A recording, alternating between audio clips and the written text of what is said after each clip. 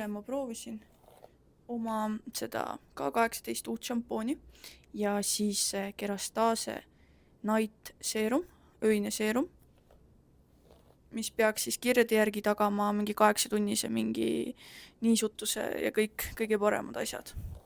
Ütlen ausalt, et see Kerastase seerum, see oli küll nagu selline väike game changer, sellepärast et ma tavaliselt nagu kuivatan fööniga oma juukseid, aga eile mul natukene, võib-olla isegi pool tundi kuivasid nad õhu käes ja siis oli kohe näha, et nad on sellised takkus ja neid oli väga raske kammida.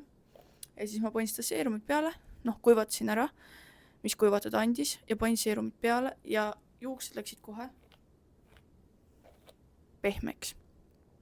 Ja šampoon ka väga meeldis. See ei läinud vahtu, mis ongi tegelikult hea. Ma olen kuulnud, et kui šampoon läheb vahtu, siis ta on nagu paha. Ma ei tea, võib-olla eksin, võib-olla mitte. Aga šampoon ka väga meeldis. Et tasub proovida.